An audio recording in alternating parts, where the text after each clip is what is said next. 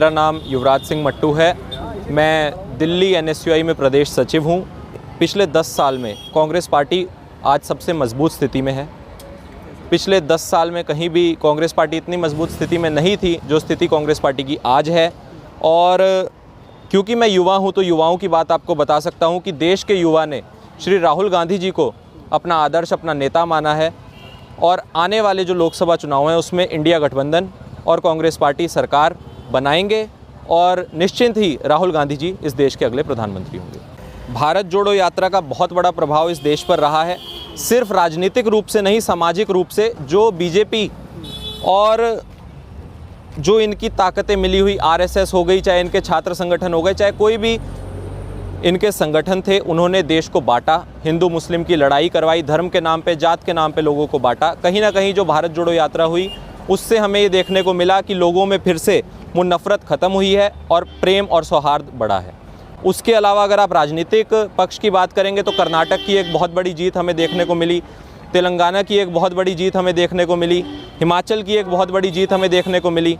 कहीं ना कहीं अभी कुछ फैसले, जो कुछ निर्णय आए हैं वो हमारे खिलाफ ज़रूर गए हैं, मगर मैं समझता हूँ कि वहाँ पे मेरे से पहले मोइन पठान जी हमारे बड़े हैं, उन्होंने आपको अभी बताया कि किस प्रकार बहुत सारी सीटों पे हम बहुत बड़े मार्जिन से जीते हैं और कुछ सीटें हम छोटे छोटे मार्जिन से हारे हैं, जिसकी वजह से हमारी सरकार नहीं बन पाई।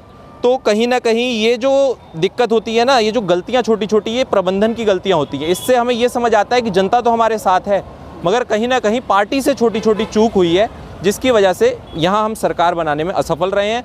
मगर पार्टी, कांग्रेस पार्टी सीखने वाली पार्टी है, कभी हार नहीं मानती, हार से सीखेंगे और जो लोकसभा चुनाव आने वाला है उसमें और मजबूती के साथ लड़ेंगे।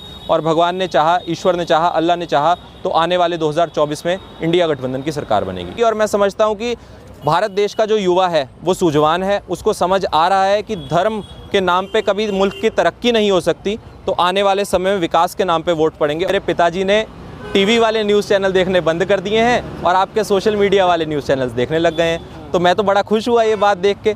मुझे समझ आया आप तो हमारे भाई बंधु हो, आप तो वो लोग हो जो सच दिखा रहे हो देश को। तो अगर टीवी वाला मीडिया जो है वो झूठ फैला रहा है, नफ़रत फैला रहा है, तो सच दिखाने के लिए आप लोग हो। और अब तो लगभग हर किसी के घर में स्मार्टफोन आ ही चुका है, सोशल मीडिया के न्यूज़ चैनल्स आ चुके हैं, तो सच्चाई भी लोगों तक पहुंच रही है और आगे ये चीज़ और मजबूत होगी। और जो झूठे एजेंडाज जो गोदी मीडिया है उनके द्वारा फैलाए जाते हैं, उसके खिलाफ हमारा सोशल मीडिया जो सच दिखाता है और देश के युवा एकजुट होकर खड़े होंगे। मेरा सबसे बड़ा तर्क वो यात्रा है। आपने खुद अपनी आंखों से उस यात्रा में उमड़ा हुआ जन सैलाब देखा होगा और अभी आप बहुत जल्द 14 जनवरी से भारत न्याय यात्रा होने वाली है, वो भी देखेंगे कि किस तरीके से देश का हर वर्ग राहुल गांधी जी से प्यार करता है और उनको अपने नेता के रूप में देखना चाहता है।